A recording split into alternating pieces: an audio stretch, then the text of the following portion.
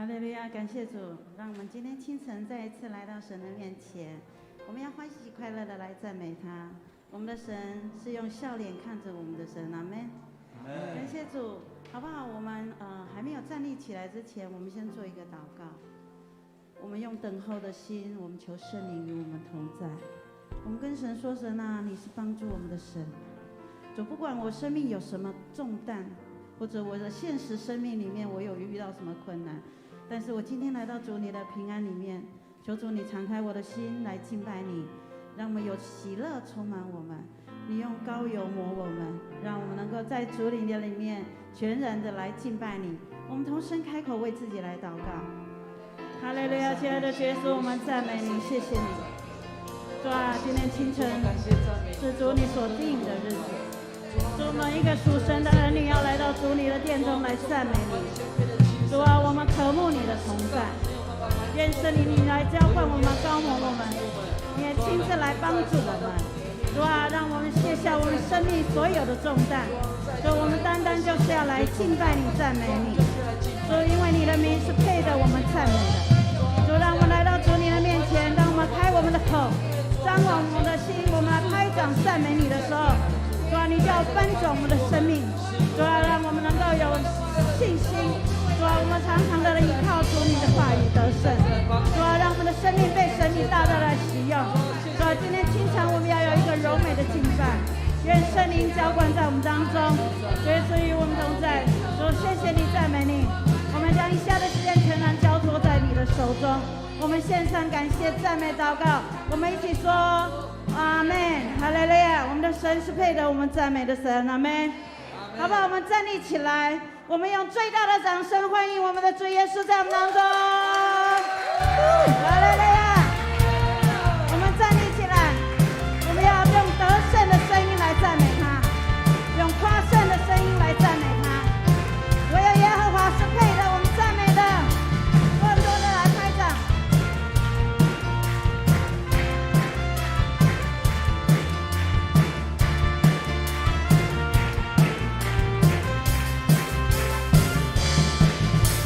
你们要赞美耶和华，耶和华的仆人啊，你们要赞美耶和华，赞美耶和华的名。耶和华的名是应当赞颂的，从今时直到永远。耶和华的名是应当赞颂的，从今时直到永远。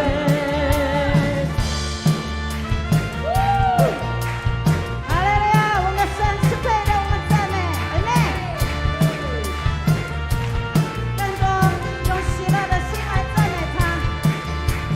我们要赞美耶和华，耶和华的仆人啊，我们要赞美耶和华，赞美耶和华的名。耶和华的名是应当赞颂的，从今时直到永远。耶和华的名是应当赞颂的，从今时直到永远。从日出之地到日落之处，耶和华的名是应当赞美的。哈利路亚，阿们。到日落之处，耶和华的名是应当赞美的。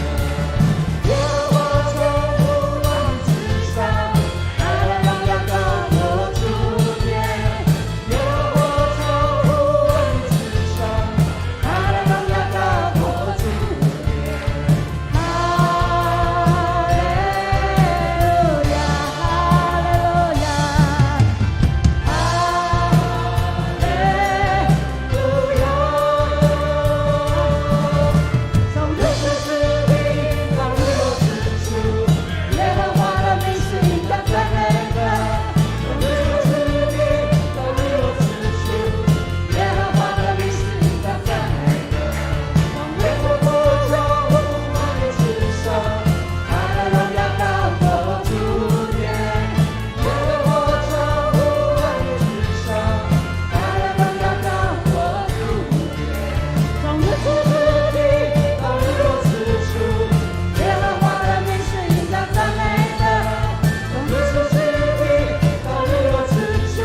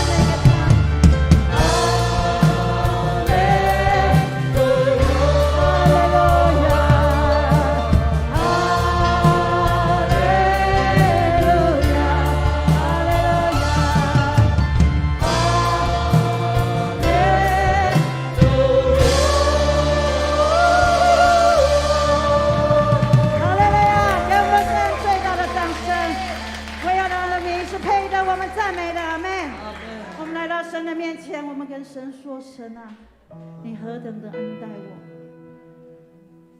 主要是你的救恩，是你帮助我。我们所不能做的事，唯有神你能帮助我们。让我们更多的来到神的面前，再一次来对着他来赞美。哈利路亚，赞美你。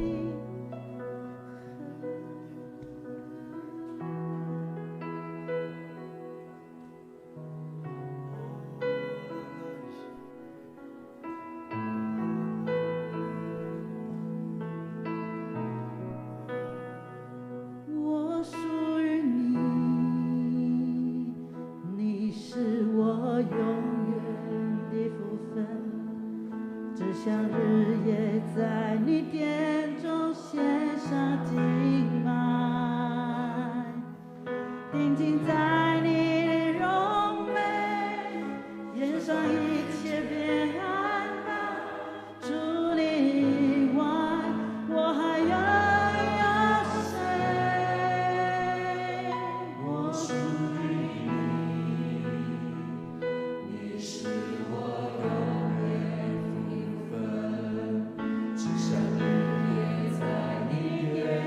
献上敬拜，定睛在你荣美，世上一切变暗淡。除你以外，我还能有谁？能不能就让我留在你的同在里？能不能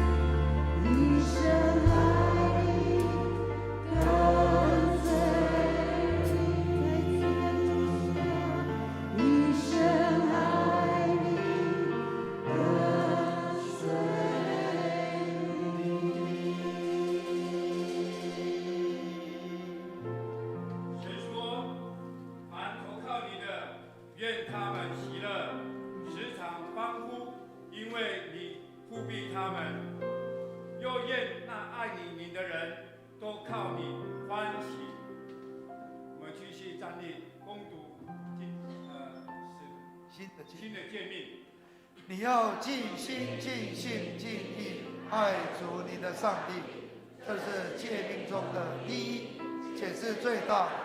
其次也相仿，就是要爱人如己。这两条诫命是律法和先知一切道理的总纲。我赐给你们一条新命令，还是叫你们彼此相爱。我怎样爱你们，你们也要怎样相爱。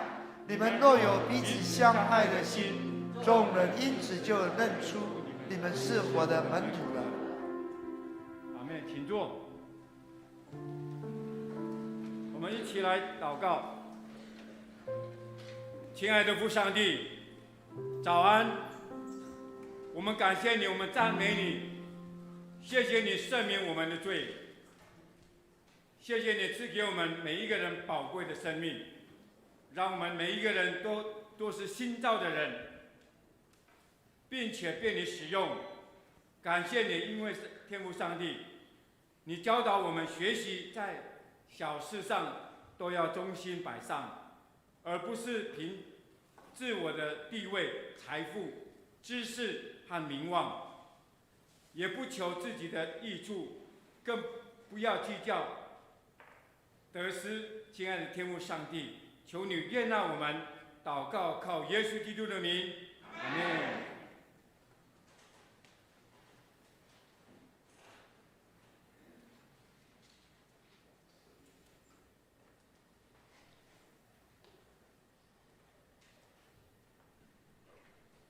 报告：一，本主日为饥饿对策主日，欢迎曾正志牧师前来本会讲道及请安报告，敬请弟兄姐妹关心代祷，踊跃奉献。二、小会公告，本会定于11月21日起召开临时合会，举行第22届长子选举。本次议定选出长老10名，只是25名。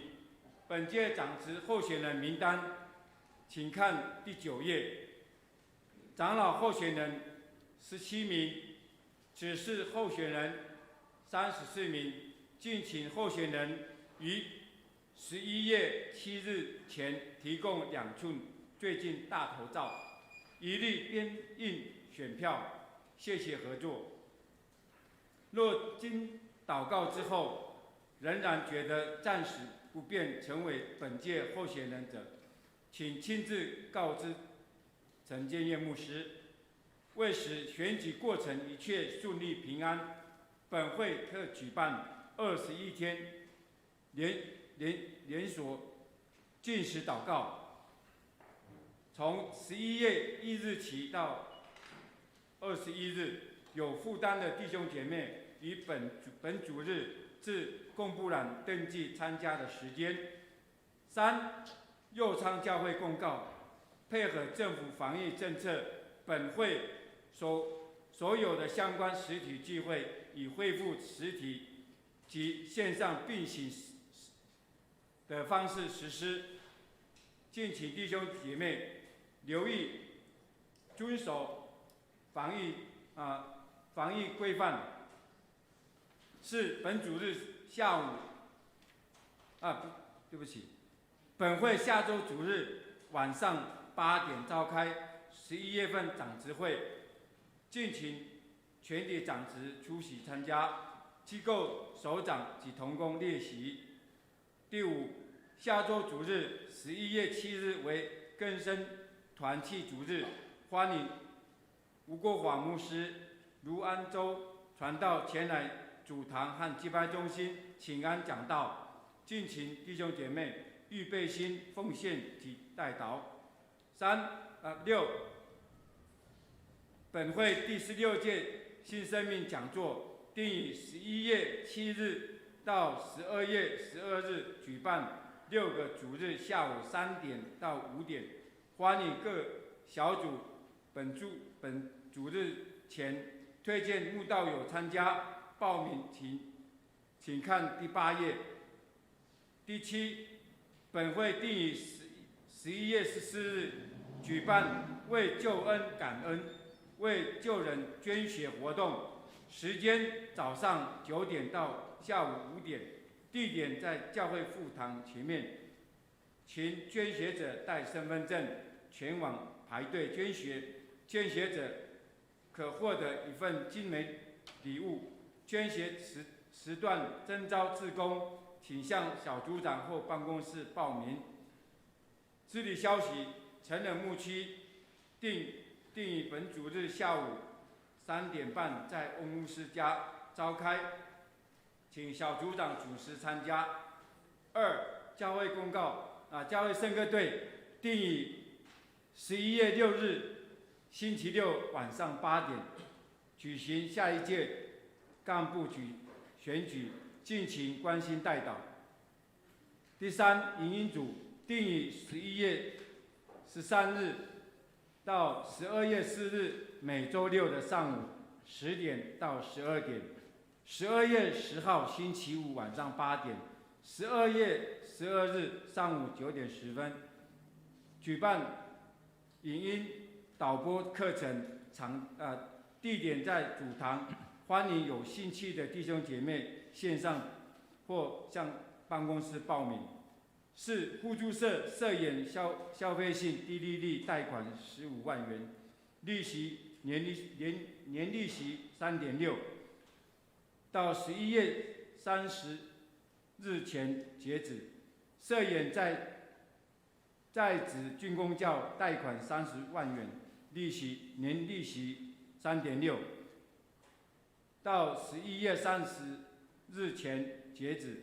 3、不动产抵押担保贷款年利息1.8%。欢迎社员有意愿贷款或转贷，请向互助社洽询办理。好，谢谢我。牧师稍微再补充一点，就是感谢上帝，我们台湾的疫情因为疫苗的覆盖率也提升很多，我们的疫情也获得很好的控制，所以政府在12月2号到15号11月2号到15号已经有比较宽松的政策，虽然是2级了所以鼓励在线上的我们跟到弟兄姊妹，我们比较没有那个人数上限的限制大家按照防疫的规定欢迎大家能够来实体的礼拜在实体礼拜感觉是跟线上有没有一样？不一样在实体我们敬拜感觉上是不一样所以非常欢迎大家踊跃我们都还有位置可以坐这个是牧师要特别邀请弟兄姊妹能够尽量回到教会参加实体礼拜，谢谢。好，我们介绍一下新的朋友，有3位第一位是石清文弟兄，还有另外一个是洪素英姐妹，还有一个是蔡信志还是蔡信美，请起立好吗？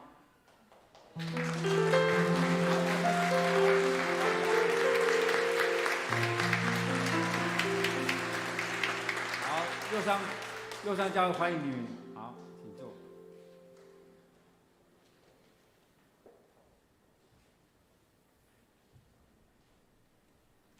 好，今天上帝给我们的话语是在马太福音25章31节到40节。马太福音25章31节到40节。来，如果要大声就一起大声念那我来念。好，31节，神说：当人子在他荣耀里同着众天使降临的时候，要坐在他荣耀的宝座上，万民都要聚集在他面前。他要把他们分别出来，好像牧羊的分别山羊一般，把绵羊安置在右边，山羊安置在左边。于是王要向那右边的说：你们这蒙我父赐福的，可来承受那创世以来为你们所预备的国。因为我饿了，给我吃；渴了，你们给我喝；我做客旅，你们留我住；我赤身肉体，我病了，你们看顾我；我在监里，你们来看我。一人就回答说：主啊，我们什么时候渴了给你喝？什么时候见你做客旅留你住，或是赤身肉体给你穿？又什么时候见你病了，或是在监里来看你呢？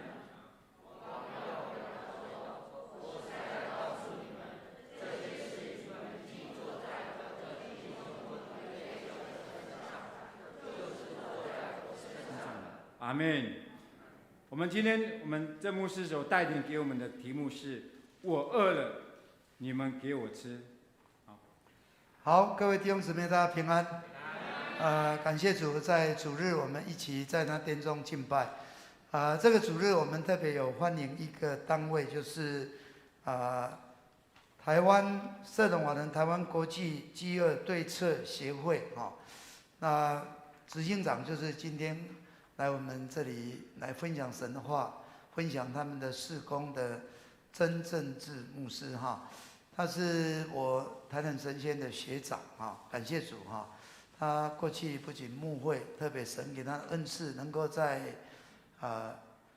基督教的社福机构，像基督教福利会他担任执行长可以帮助台湾的教会做很多的志工训练，特别对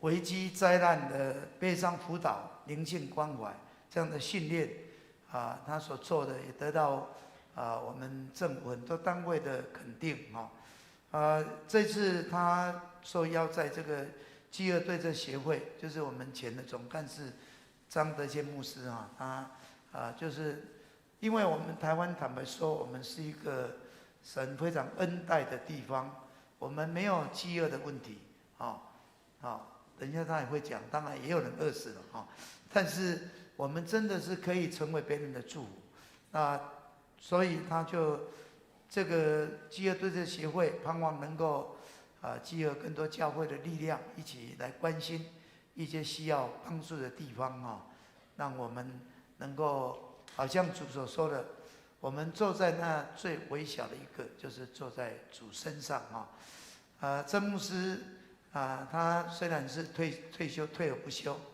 很有活力虽然你也不知道他到几岁了但是他是看起来是体力过人，仍然能够在上帝给他的恩赐事工上服侍他唱歌很好听，早上我们圣诗不会唱的，我说你去带，因为他是我们以前牧人合唱团的也算是大咖的主唱之一他的声音很美所以感谢上帝，神给他的恩赐，愿意继续来发挥所以我们欢迎他今天在我们当中传讲信息。我们派成文，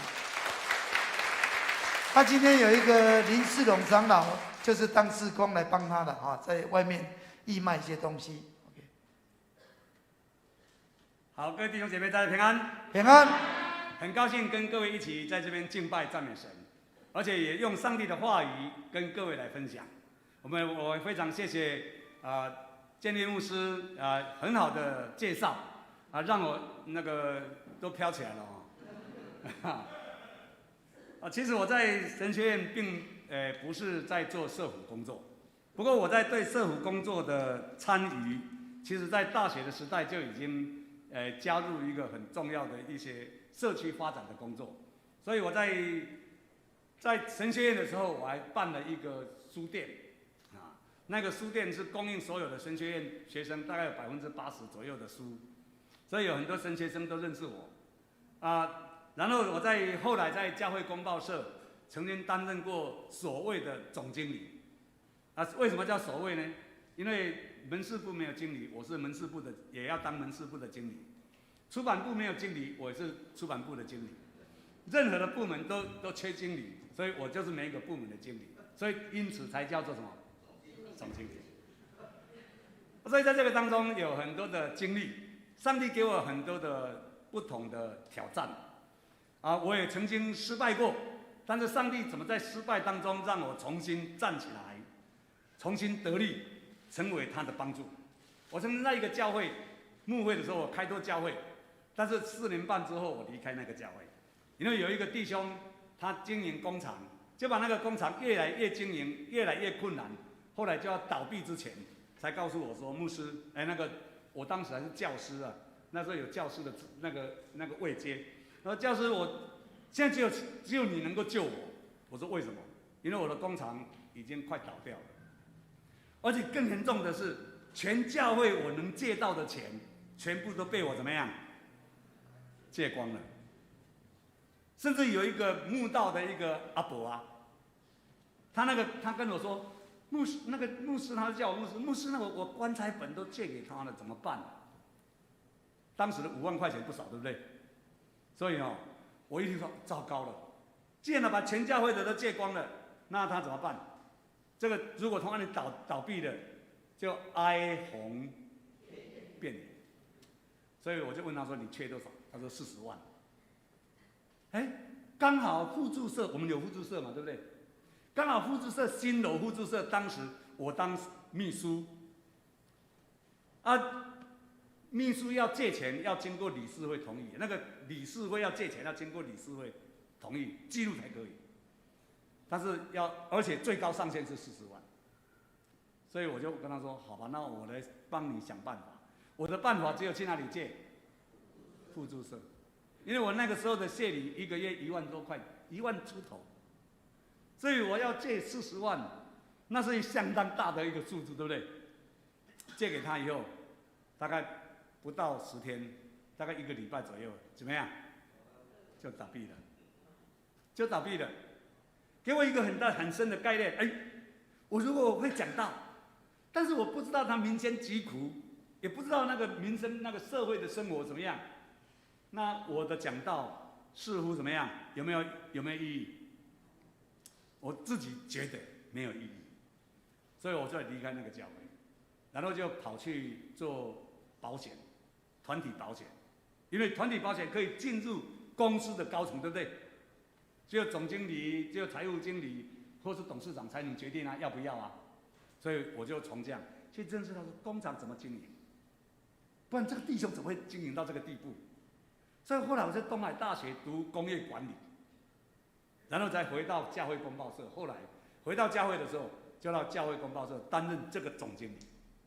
在3年的当中，我提了一个计划，因为辅导别人，我曾经当过企业顾问的那个执行助理呀，所以我就说，我帮助别人，帮助那些公司站起来。那这个教会公报社烂到这个程度，那怎么办呢？所以我就草拟了一个计划，告诉这些理事、教会公报社的理事说，如果你们同意我这个计划，在3年之内可以让它怎么样翻倍。这个胆子大不大？很大。所以那些赞成我的、支持我去当总经理的人，就告诉我说：“你不要太狂傲，你不要吹牛，吹得那么大。人家要你每一年增加100万，你就好好的做，赚多100万就已经给你怎么样，拍拍手了。你说1倍，我说你只要支持，然后我就努力给你们看。我相信从上帝来的。”这样的恩赐，他要我在这个地方帮助教会做这样的发展，那相信上帝一定会亲自带领，所以7-6通过了。你们知道理事会那时候理事会13个人，7-6通过，这个数字多不多？比例显著不显著？那6个人一直在骂，在当场就说你好高骛远，不切实际。好吹牛，哇！这个吹破牛，你看怎么办？但是投票结果，有人就建议说，那我们投票嘛，因为长老教会常常不必投票嘛，对不对？用协议制比较多嘛。所以呢，有人就说，那我们来投票啊。结果投票出来多少票？7-6。那既然通过了，所以我就说大刀阔斧就做。然后在3年之后，我要离开之前。那个教会从1600万，那个公报社从1600万变成多少？你们知道吗？3800万。那个不是我的能力，因为我相信上帝给我那个恩赐，给我那个非常失败的那个事件，然后让我带领了3年之内，让我在社会上打滚了，然后从公司的经营，从东海大学的训练，然后又实际上的经验。岂不是为了今天吗？岂不是为了公报社那个时代吗？所以我在那个时候做了那么大胆的，把那个整个房子几乎把那个门面都拆掉了，变成落地窗。你们去过那个教会公报社的，请举手。哦，有不少人去过。你们有机会去的话，那个现在是落地窗，对不对？以前没有的，以前就像我们这个，我们也是落地窗的样子。这个窗子的下面还有110公分的墙，对不对？然后它是垫高起来的，140公分垫高起来，所以要看到那个店面里面要几公分以上的人才看得到，250公分以上的人看得到，所以生意非常的差。我就告诉他们说，全部打掉，变成落地窗，而且要有咖啡厅，哇！所以那个咖啡厅虽然没有营运，但是也成了一个非常重要的一个 historical site， 历史古迹的历史点。所以我讲这些，这样做一个回应，就是说，当上帝给我们有这样的机会，当上帝给我们有这样的恩赐，我们怎么去用它？有很多人说：“哎呀，人家就不要你这样做，你这样就好了。”但是我在读神学院的时候，有一个历史老师，介绍我们认识一个历史学者，叫做汤米，是英国的一个很著名的历史学家汤恩比。他写了一个文明史的一个兴衰的一个很重要的点。它是一个文明要能够持续、长久进步、繁荣、发扬光大，有一个非常重要的契机。那个契机就是那个当代的人面对挑战的时候，能够很有智慧的、适当的回应那个挑战，而且克服了那个挑战，所以那个挑战就成为文明进步的什么 stepstone， 它的垫脚石，就成为那个文明发展的一个非常重要的基础。当时我在想，这句话对教会有没有意义？当教会在传福音的时候，当教会在提供服务的时候，当教会存在这个当代的时候，你怎么去回应当代的问题？如果你能够很适度的、有智慧的领受从圣灵来的呼召的时候，你勇敢的去回应它，这个教会会兴旺还是衰败？衰败还是兴旺？兴旺。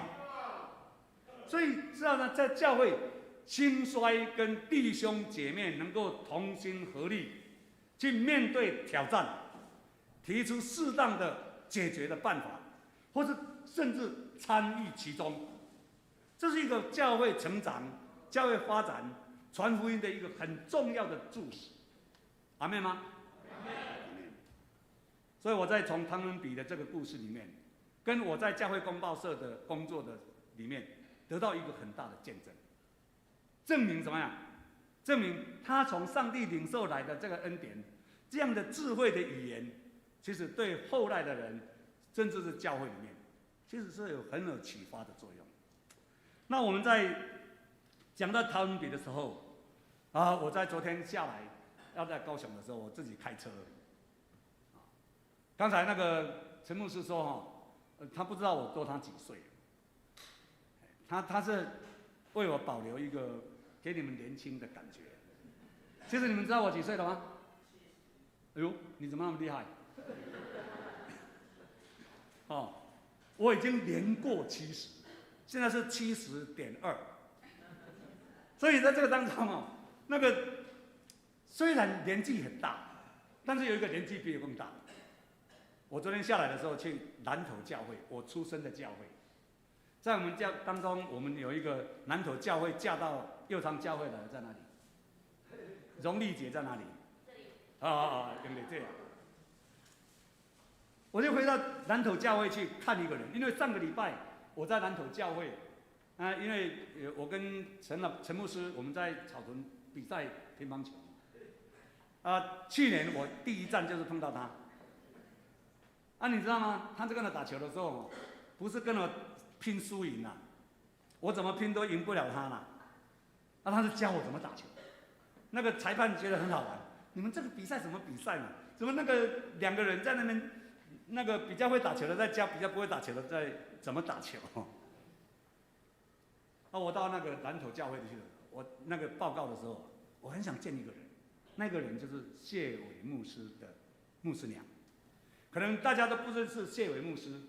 谢伟牧师曾经担任过台湾基督教长老教会的总会的议长，在他议长任内，我们退出 WCC， 然后在这个当中，他一直想，非常的挣扎。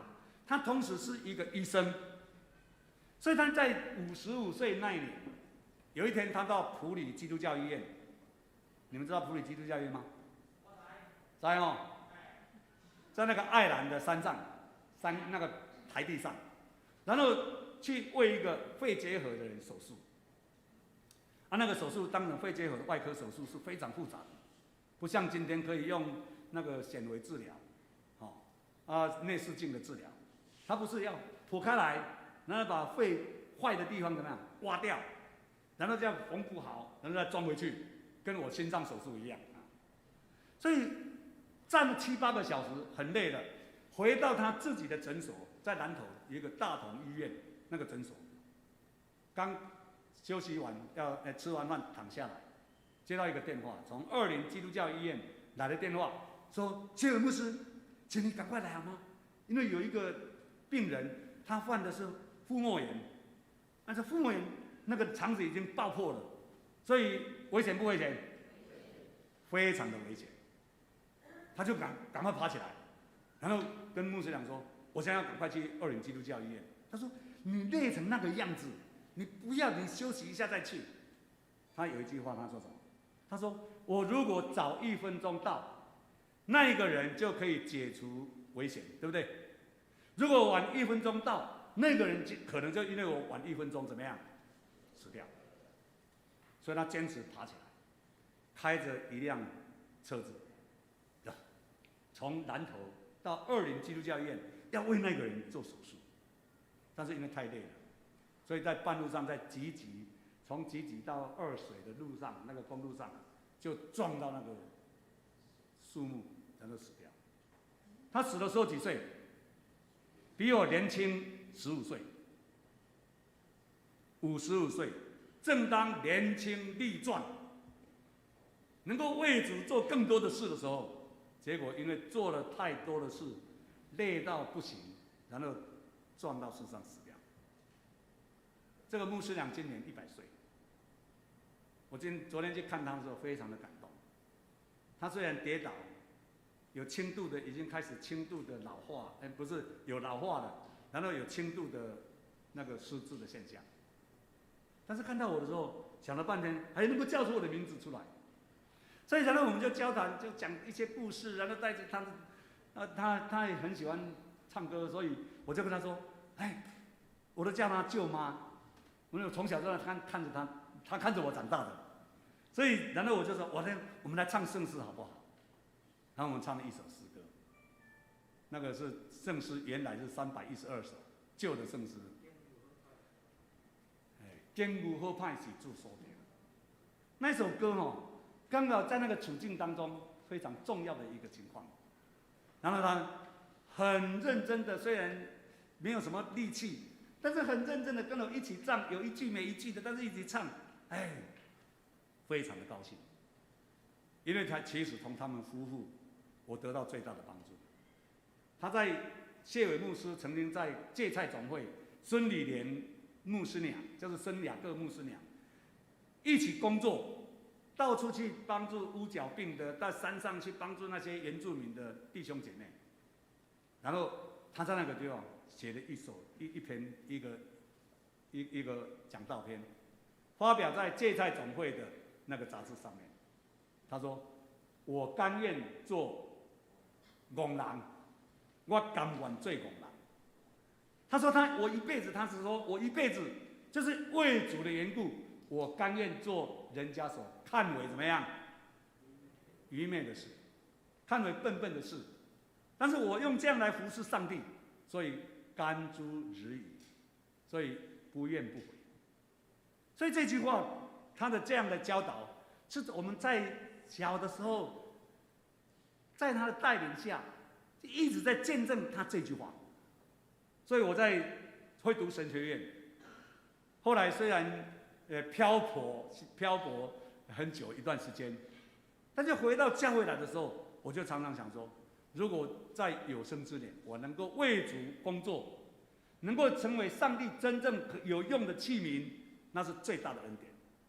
虽然我在从体制上退休，我在5年前就从体制上退休，因为65岁从福利会那个结束我的任务之后，我就写了一篇很长的文章，发表在 FB。我告诉弟兄姐妹说：“有哪一个教会要我去牧会的，或者哪一个机构要我去工作的，我就愿意去。”但是你知道回应的人多不多？65岁，你们还要吗？你们要吗？糟糕，你要小心一点。65岁有很多教授，哎呦，你来我们教会要退休了，那我们请你来干嘛？又年纪又那么大了，那个身体力衰又不能做什么事。虽然我里面写了很多我的经历，而且都是上帝给我的恩赐，我都很不吝啬的写下来。但是没有教会做任何的回应，所以我只好默默的办理退休。但是我后来从福利会跳到他所自己筹备出来的，成立了这个饥饿对策，然后成立之后就把他赶出去了。这个饥饿对策，我在离开福利会之后，我就跳进去这个饥饿对策的机构，因为我是筹备主任，把他丢掉之后，我就说，好像是我生的孩子，你知道吗？结果变成孤儿，在外面也没有秘书长，秘书长是挂名的，然后也没有工作可以做，不知道怎么办。所以我就跟张德坚牧师说，要不要我跳进去？他说，我看算了啦，你去牧会哦，去找一个小的教会把这个饥饿对策就搬到那个地方去了，那我们也不必房租，也不要再花钱请那个秘书长，然后怎么样，哇，很多的益处。我说好，我考虑一天，我考虑看看。第二天早上，我就打电话给张德谦牧师，我说，弟兄，我告诉你，我决定跳下去，我决定跳下去，然后就跳到那个饥饿的泥淖里面去了。所以在那个2、3年当中，其实刚刚开始的2年当中，其实很困难，因为这个机构也没有办法属于长老教会的机构，所以我去募款的时候，有很多的教会跟我说：“你是总会属下的机构吗？”你可以说是吗？是不是？可以不可以？不可以。我说不是。他说：“你是基督教机构吗？”我说是。但是马一个疑问：里面没有任何的基督教3个字啊。我只能告诉他说：如果你放到基督教3个字，这样的一个机构要进入回教的国家，进得去吗？可以做吗？根本不可能。如果特别是进到共产党的国家里面去，可能吗？那万万不可能。所以在这当中，其实饥饿对策有一个很重要的工作，跟我们今天所读的圣经非常重要的核心的经文在哪里？那个核心的经文就是在35节的时候，35节、36节，它里面记载什么？他说：“我饿了，你们给我怎么样？给我吃；我渴了，你们给我喝。”人的生命，肉体的生命，食物跟水是怎么样？非常重要的2个支柱。还有第3个是什么？你们知道吗？空气。如果没有空气，有这2个有没有用？也没有用。就像拜拜的人，把那个食物、把水酒放在那个桌子上，谁吃的？还是自己把它吃掉的。所以其实在这当中，我们知道说，上帝给我们这样的一个这个肉体，其实要靠这3样东西，但是空气是上帝给我们免费的。在这个地方，他说：“我饿了，你们给我吃。”这个是肉体上的饥饿。但是其实讲这6个需要的时候，主耶稣告诉他的学生，其实不是只有肉体上的需要。他说：“我外出门在外，你们给我怎么样？给我住。没有地方住会不会死掉？不会啊。现在不是有 homeless 的很多人在外面吗？你的树下也可以住啊，挖个洞也可以住啊。但是主耶稣说，我外出的时候，你们给我住，那个是安全的需要。安全的需要是属于肉体的吗？是属于心灵上的。所以他接着下来说，我没有衣服穿的时候，你们给我穿，你们给我衣服穿。在圣经里面讲到衣服穿的时候，穿衣服，你们会想到谁？圣经里面的故事，耶稣的比喻里面，会想到谁？摩西是旧约的哦，那个更久远的啦。我说新约里面，耶稣的比喻里面是谁？浪子回头，有没有？他在跟上帝祷告说：“上帝啊，我得罪你，而且还得罪谁？我老爸，所以我不配成为他的儿子。但是他家里有粮啊，我在外面快饿死了啊，所以他回去他的父亲的家，解决了什么样？吃的、喝的，但是还有一个住的，但是有没有衣服穿？有啦，他仆人的衣服有，但是他的爸爸就叫他的仆人说，把那个最漂亮的那件衣服拿出来。犹太人的衣服有很多的穗子，流苏啊，你知道吗？那个代表什么？代表他的身份，代表身份，代表一个人的自尊，代表一个人的尊荣，是心理上还是肉体上的？心理上的，恢复他儿子的名分，那个名分很重要，也是心灵上的。所以耶稣在告诉他说：“我外出，你们给我住；我没有衣服穿，你们给我穿。”那另外一个，他说：“我生病的时候，你们看顾我；我在监狱的时候，你们也来看我。”我告诉各位其实这个工作更困难，因为生病跟在监狱里面，跟一个字非常重要的一个字，跟教会里面的我们的基督教信仰，密切关系的，是什么关系？跟罪有关系。罪，犯罪的罪，跟罪有关系。但是要 cover 这个罪，要用什么办法去 cover？ 用爱去 cover。所以这个罪是哪一个层次的？是肉体的呢？心灵的呢？还是什么？灵性的，灵性的，灵性的饥饿。所以在这个当中，饥饿对策所做的事情，就像他们你说，你要在面对这个世代，你怎么去回应他？你怎么去做它？所以这是一个对策，要解决饥饿是对策工作。所以饥饿对策从这3个面向去做努力。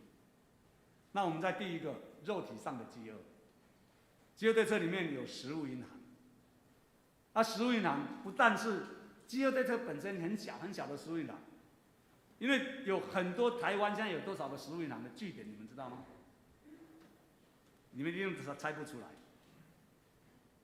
全台湾一共分散在各地，一共有1800个以上的一个食物银行的据点。所以在台湾要饿死人其实容易不容易？不容易。但是有没有人饿死？有。我在离开新港教会，台东新港教会，我在那边牧会了10几年。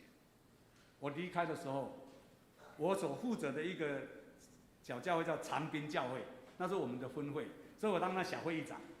有一次我的长老就告诉我说：“牧师啊，我们曾经去过哪里，那个老人家死掉了。”我说：“为什么？”他说：“饿死了。”我说：“为什么饿死呢？”你想为什么会饿死？那个老人家住在山上，为什么会饿死？生病，行动不便。然后没有办法外出觅食，又没有办法自己煮东西吃，然后最重要是，什么原因会没有东西吃就死掉了？没有人去关心他，没有人去看他，所以他死掉的时候没有人知道。等到经过1、2个月了，奇怪这个老人家怎么都没有下来呢？怎么？所以那个村干事才跑去看，哇，糟糕了！已经烂掉了。台湾是在没有爱心的情况之下，没有人关心的情况之下，还是会饿死人的。你说台北市，我现在目前都住在台北市，而且我住的地方是那个市中的市，最中心的一个地方叫大安区。我在推动食物银行的时候，在那边有一个我们据点，就有一个长老免费提供一个房子给我们做食物银行。那我就跟附近2个里长说：“你们能提供一个我们社区里面有什么贫户？因为我刚到那个地方去，也不知道什么叫大安区我也不知道那个首善之区，你知道吗？中共还把大安区当成说将来武打台湾的时候要作为他们高官的居住的地方，你都知道这个地方好不好，对不对？就像中南海一样哦。所以那个地方哦，我就问2个里长，里长说，牧师，我们这个区域哦，都是很富野人呢，没有什么贫穷人啊，大概没有什么需要。但是你们知道吗？有没有贫穷的人？台北市有什么样的情况下？后来我深入了解之后，有一些老人，他那个房子可能价值2、3千万，他有没有收入？他只有那间房子，他自己没有收入，又好意思跟人家要吗？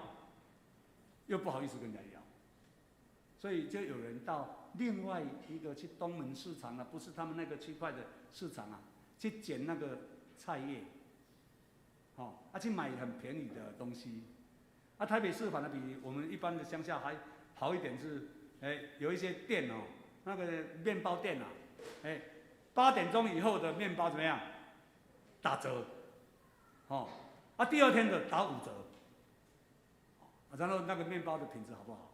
大家可想而知，硬硬的，当然买那些。所以知道说这些贫穷的人，其实不是他真的贫穷，他是很富有的穷人，还是需要帮助，那叫边缘人，还是需要帮助。在这个当中，有没有食物银行？同时也帮助原住民的一些部落，跟一些偏乡的教会，成立叫做饥饿小学堂。跟饥饿有关的小学堂，就是不是教他们怎么饥饿了，怎么忍耐饥饿，而是怎样帮助这些孩子做课辅班。在他们书读不好的情况之下，不是代表他们笨，而是没有那个环境，没有那个资源，所以我们从台北到台中，那乡下的教会，去教他们怎么画画，怎么做艺术品，我们说叫创意班，艺术的艺，创意班，补助他们一些活动的费用，带他们一些工作。所以虽然量少，但是至少在饥饿对策当中，也开始扎根在这样的一个教育的工作。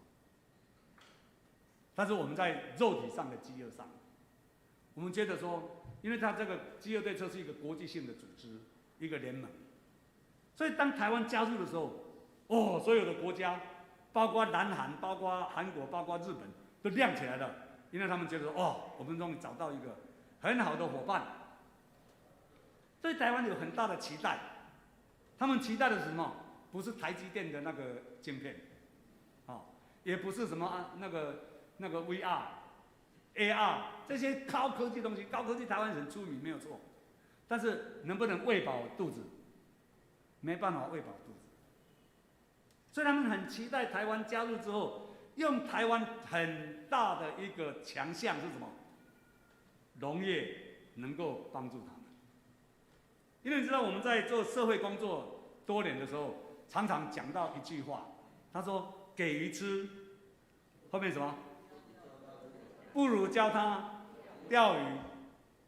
但是后面很少人讲另外一句话，我常常跟很多的伙伴说，如果池子里面没有鱼呢？你们懂这个意思吗？池子里面没有鱼的话，你教他怎么钓？钓得到鱼吗？还是钓不到？还是钓不到。所以我们在讲到这个对策的时候，不是只有教他钓鱼，而是要教他怎么去挖鱼池，怎么养鱼，养鱼。有了鱼之后，他才钓得到鱼啊！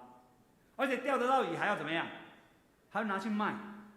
如果钓起来鱼只是自己吃，能不能改善他的经济生活？很难呢。要教他怎么卖，所以就要有一个产销的系统。所以在饥饿对策有4个项目。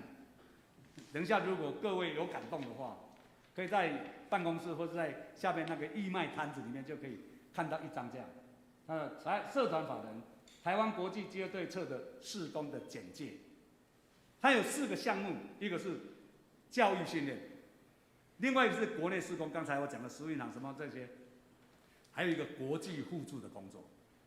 国际互助的工作，这一点是我今天特别要邀请各位有感动的时候，我希望你能够加入这个长期赞助的行列。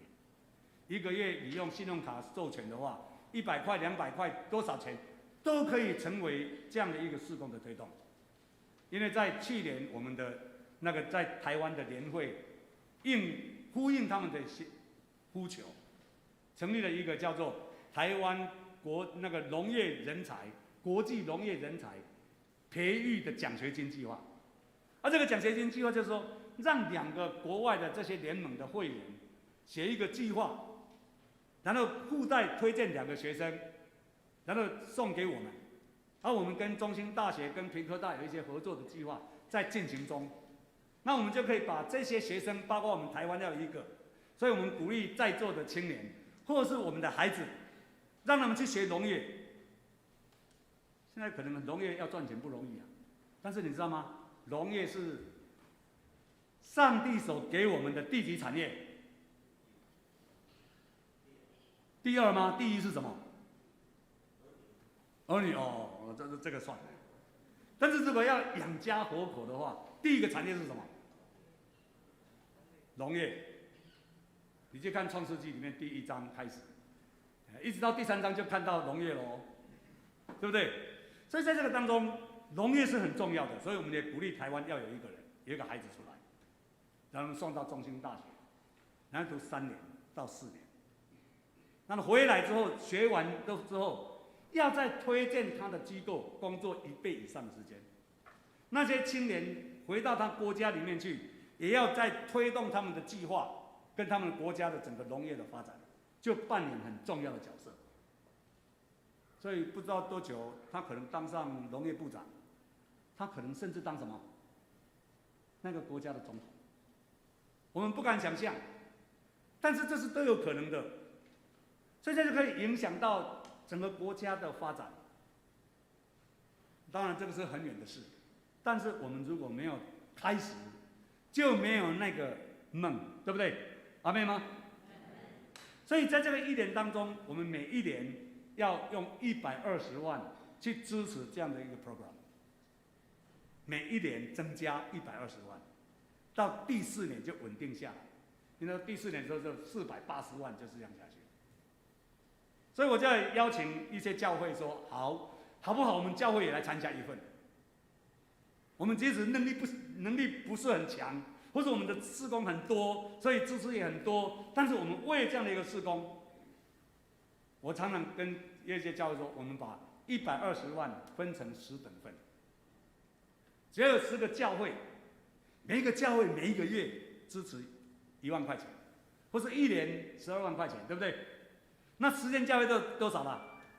就120万。如果我们的教会的弟兄姐妹也愿意加入这样的一个行列，用信用卡授权比较长时间的支持的话，其实如果在一个教会里面，用教会做比例来讲，1万块钱，如果有10个人参加，一个人多少？一个人一个月多少？1000块钱。如果20个人500块钱，那可能我们吃一餐就怎么样，就没了。那我们可以用这样来帮助非洲的这样的一个非常基础的教育的训练的培育的工作。有很多人告诉我说：“哇，牧师啊，他1年要弄那么多钱，4年下来不得了哎。”我常常跟他说我们的孩子送到国外去念书1年要多少钱？你们知道吗？400多万，那可能那个比较高那个贵族学校了，至少120万、100万以上。我在这个礼拜1有一个亲人打电话跟我说：“敬迪啊，你能不能帮那个我的亲戚那个一个很好的朋友他的孙子要上一个幼稚园结果没有抽中，所以现在要进去那个没有抽中要有牧师的推荐函，刚好你就是牧师，你不能帮他写一个推荐函？举手之劳，你们要不要做？当然要做啊。但是第一个，那个孩子跟他的父母，我根本都不认识那个学校我也没有听过后来人家才跟我说，那个是闹得很大的那个毕业典礼，闹得很大的那个学校，你们知道哪个学校吗？魁山高中啊，台北很出名的学校。然后那一天我就礼拜二下午，我就跑到那个学校去，我找幼稚园的那个主任，我告诉幼稚园主任，他跟我交谈他们的学校的那个治校跟他们立校的精神，然后我真的我非常敬佩，因为那是一个giáo会所设立的一个学校，但是没有giáo会的名称跟那个简介，那个非常保守的一个教派，但是很坚持用信仰实践来作为他们的信仰的见证。所以我说，为了福音的缘故，你能不能帮助这个小孩子？只要你有缺，你就让他进来。那个主任跟我说好，因为牧师你说了，而且愿意为他写推荐函，我愿意收他。所以只要有缺，因为那个学校是从幼稚园一直升到高中毕业以后，就都出国去了。那是一个双语学校，所以那个小孩子讲话都是用英文讲话的。那国中以上的时候啊，都是用英文讲话的。所以这个学校那个进去的费用贵不贵？很贵，一个学期多少？你们知道吗？幼稚园哦，一个学期哦，3万哦，再加一个零，一个学期30万。后来我才知道说，哦，原来拜托我写推荐函这个家族啊，是台湾5大家族当中的后裔啊。5大家族你们知道，跟陈启川他们这个家族也有关系的，所以他没问题啊。对他来讲好像什么9年狱嘛。那一天晚上，因为我要认识这个家庭，所以我就约他们说见个面。他说我请你吃饭，那时候我请你吃饭。我说那你家附近的什么餐厅就好了。他问我说要吃哪一家餐厅啊？要我指定啊。然后我就说啊，不然的话，他说他已经不在那，所以我就说那我办公室旁边就是双联教会旁边哦，有一家东和日本料理，哦，有那个铁小骨就可以了，对不对？很方便。他来了说，牧师，今天晚上是我请客哦，然后我点菜，我都还没有讲话，他就把那一本怎么样拿去点，然后跟那个小姐说，哦，我点这个。来的时候竟然是什么？龙虾大餐，让我那天礼拜二晚上吃得非常有罪恶感。所以你知道吗？富有的人可以到这样的地步，但是有很多贫穷的人，我们在乡间帮助那些小孩子的时候，每2个礼拜就要把那个礼拜收集的面包、肉、鱼全部送到那个教会去，分给那些孩子的家庭。但是像这样的家庭，一个学期30万，然后那个要上到高中，我一算要700万以上，但是也还不错了，因为第2天哦，礼拜3中午啊，下午那个他就打电话跟我说，牧师，谢谢你，哇，那个学校已经通知我来报到了，真的是上帝的奇迹啦。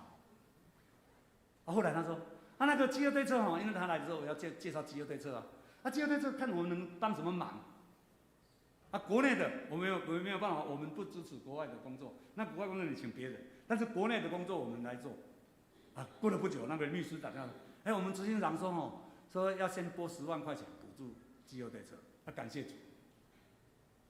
但是其实这样的话，我们如果从这样的一个小小的服饰，我原来不认识他们，也不知道他是到底是什么样的，也不知道那个学校有多贵，但是很意外的，就成就了另外一件小事。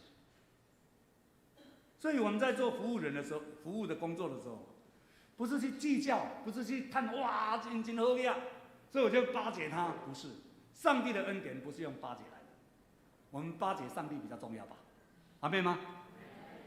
所以在这个当中，主耶稣告诉我们说：“饿了你们给我吃。”所以我们在那个国际奖学金的时候，上礼拜就10月20号，我们礼拜3就召开一个国际的视讯会议。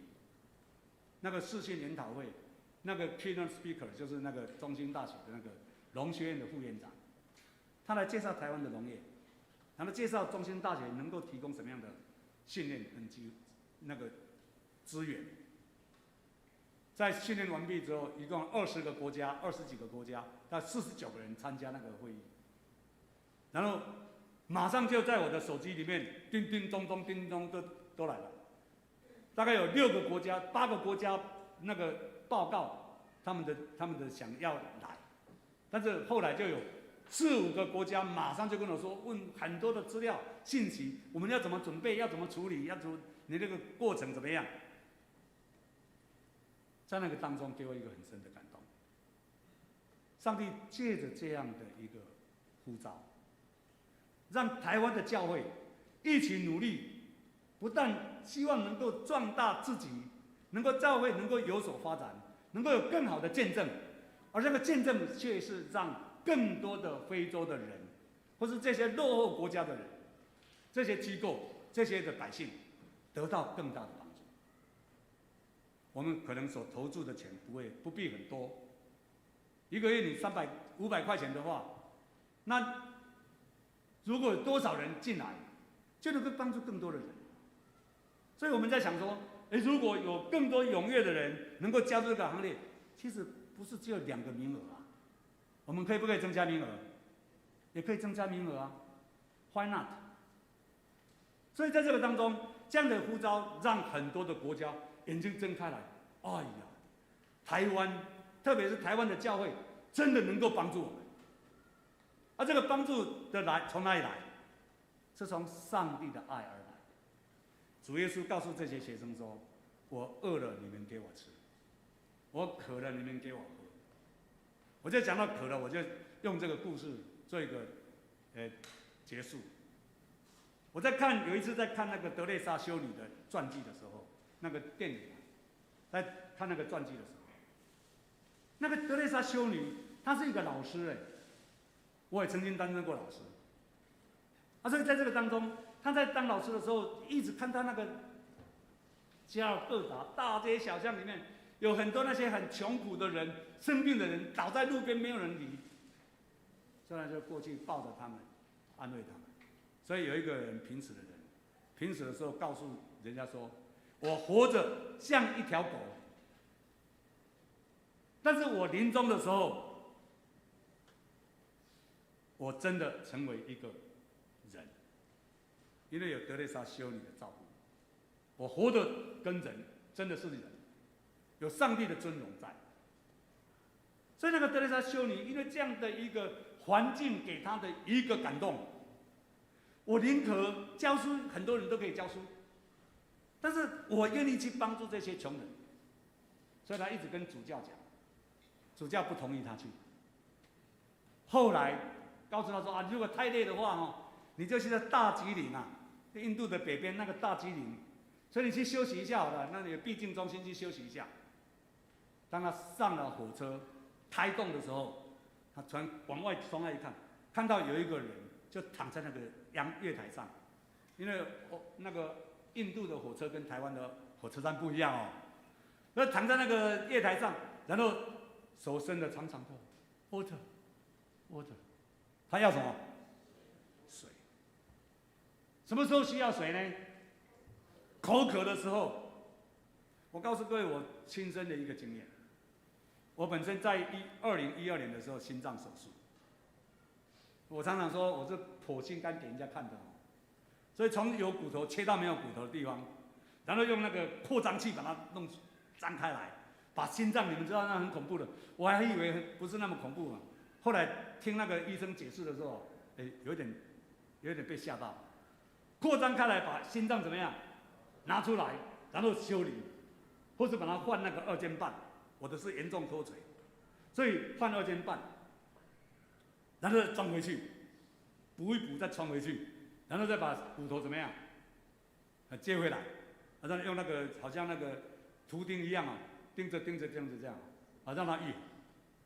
你知道吗？我手术出来的时候，第一个送到加护病房，对不对？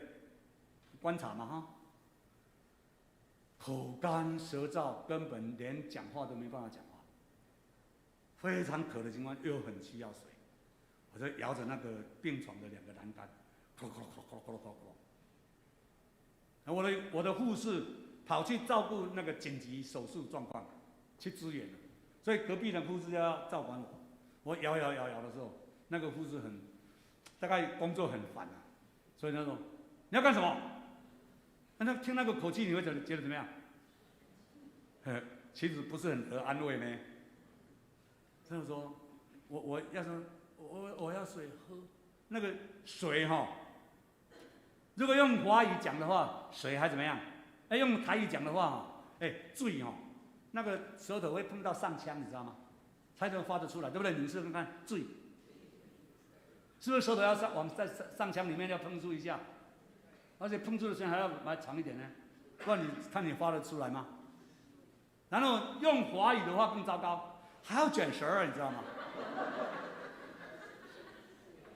水对不对？更不容易。所以他就想，我怎么办的时候，突然就想到德蕾莎，看到那一幕，我就说我，因为那个特哈，你只要把舌头轻触一下就有了嘛，对不对？他拿了小小杯的水过来，跟我说：“你不能一下子喝光哦，这个要给你20次的时间，你用那个棉花哦，沾着这样就可以了。”结果他一转身，我整杯都喝掉了，太渴了。所以我知道那个渴的那个痛苦，我也曾经忍受过饥饿的痛苦。因为在离开那个牧会的教会、开拓的教会的时候，我一穷二白都没有钱。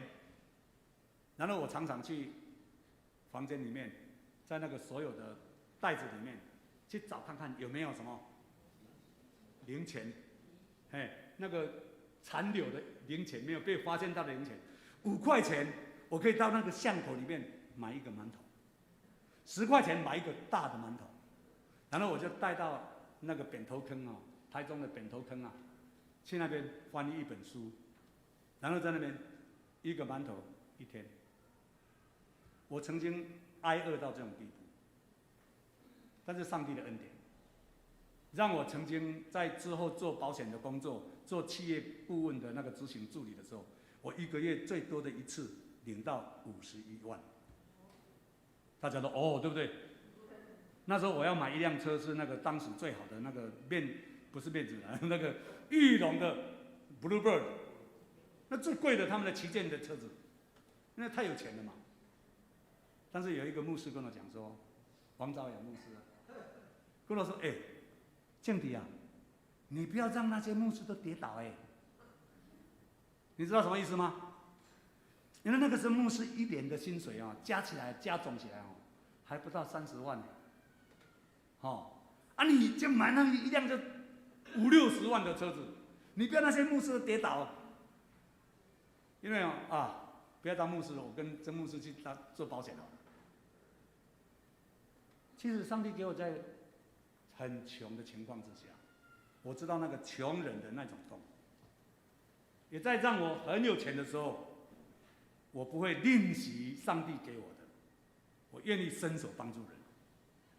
所以在这个当中，我后来从事这些很多的工作的时候，我常常用谢伟牧师跟我说的：“我甘愿做工人。”用这样的精神。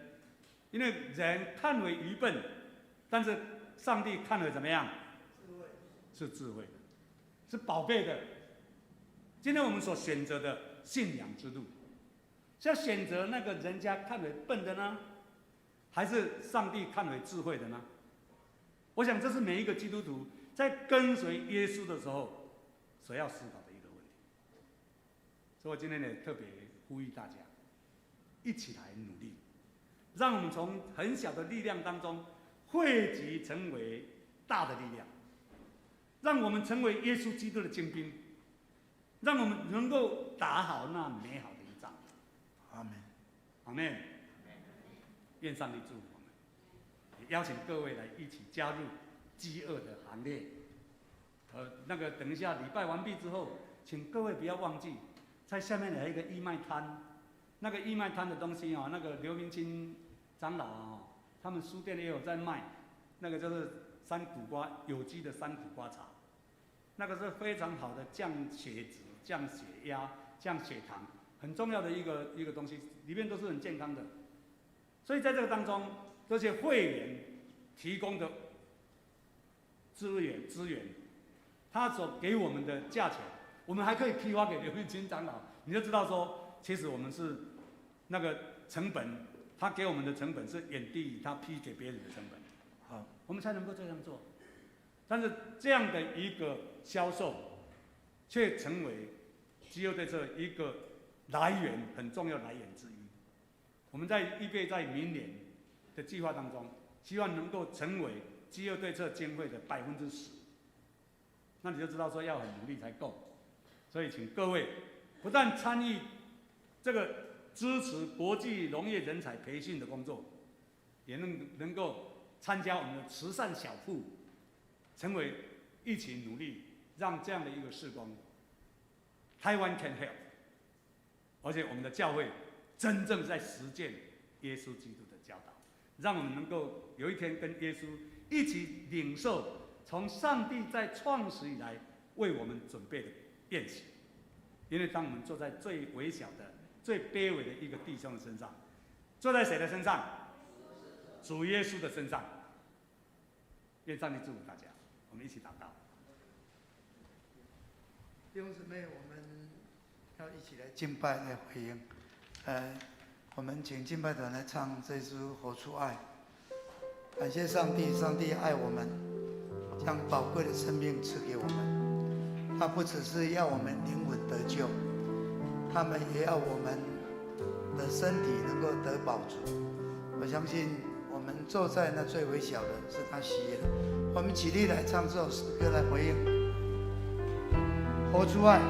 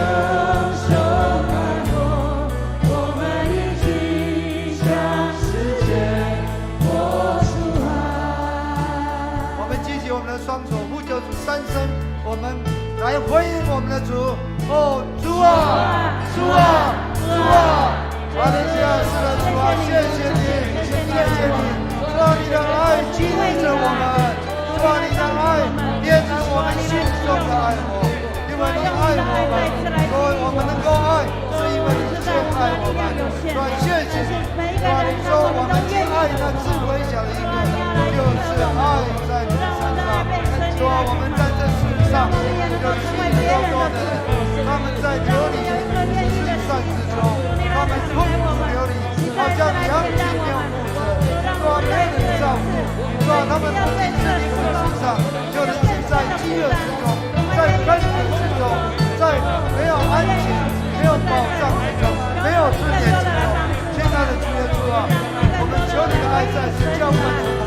让我们成为爱的管道，成为爱的出口。耶稣的爱激励我，敞开我的生命，让自己成为别人主。耶稣的爱点燃我心中熊熊爱我，我们一起向世界播出爱，让我们一起，我们一起向世界播出爱。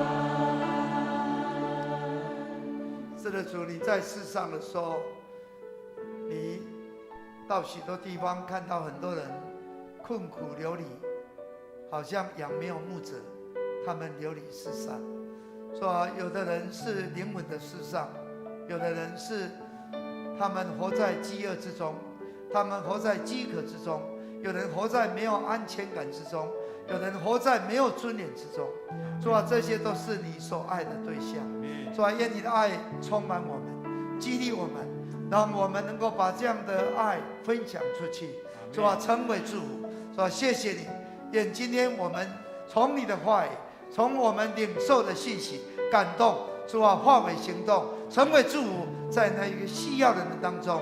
愿你赐我们，让我们成为一个爱的使者，成为一个爱的管道，爱的出口。主，我们谢谢你，让我们能够成为这样的一个器皿。主啊，被你使用。主啊，愿这世界更美好。主啊，愿更多人能够得救，愿更多人能够活出你赐给我们生命的尊严。献上我们的感谢祷告，靠耶稣基督的圣名，阿门。各位请坐。好，来奉献。弟兄姊妹，我们今天有这样的一个奉献袋，我们可以凭着神给我们的感动爱心，那我们也有一个刚才所讲的，倘若我们今天我们也能够成为一个比较长期的一个赞助，这个有资料在我们的招待柜台我们有义卖品，刚才讲了希望我们能够借着我们所做的成为祝福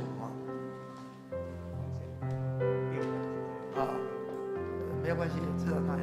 这边有这个在后面有资料大家可以引用感谢神。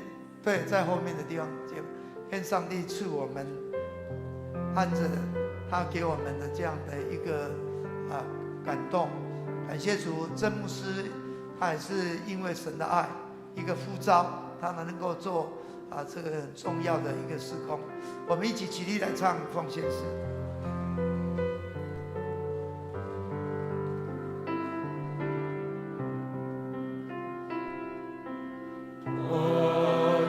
所有献给耶稣，感谢了一给主有，我要永远爱主靠主，也常与主同行，所有见奉献。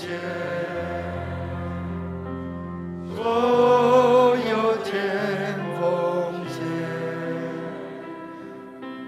所有一切献于耶稣，所有天奉献。我们来感谢祷告，亲爱的天父上帝，你是救赎我们的恩主，我们以感恩的心来赞美你。因为你在我们的身上每一个人的家庭是给我们极大的恩典，我们感谢你，因为我们所拥有的一切是你从你而来的。此刻我们献上金钱和自己，所以你使用，感谢你，祷告奉耶稣基督的名，阿门。主差遣。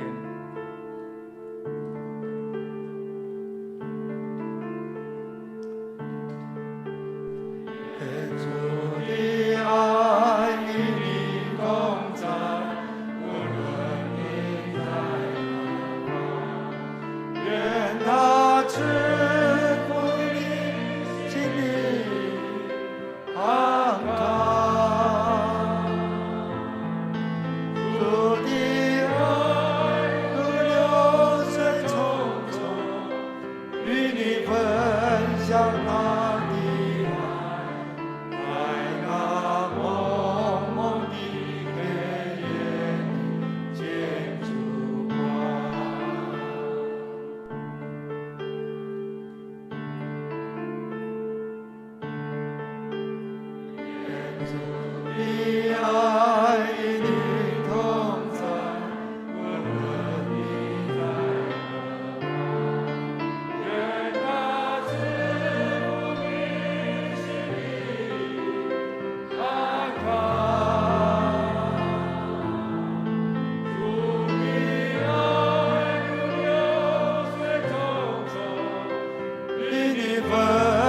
像他的爱，在那蒙蒙的黑夜里见烛光。祝祷，你们可以平安气，愿主的爱厚厚的浇灌你们，使你们成为爱的使者，爱的管道，爱的出口，爱那最微小的一个，让他们能够得到饱足，他们不再饥渴，他们活得有安全，有尊严。神必定要悦纳你们，赐福你们，将那创世以来他所预备的福赐福给你们。愿主耶稣基督的恩惠、天父上帝的慈爱、圣灵的交通与感动，常与你们众人同在，从今时直到永远。阿门。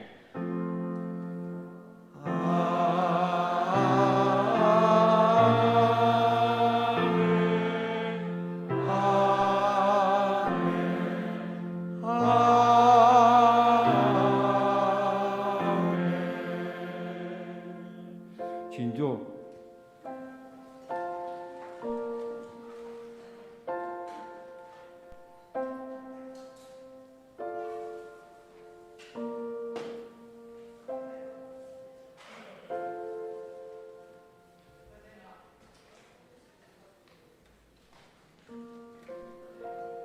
上午的聚会时间到这边结束，谢谢，祝福大家。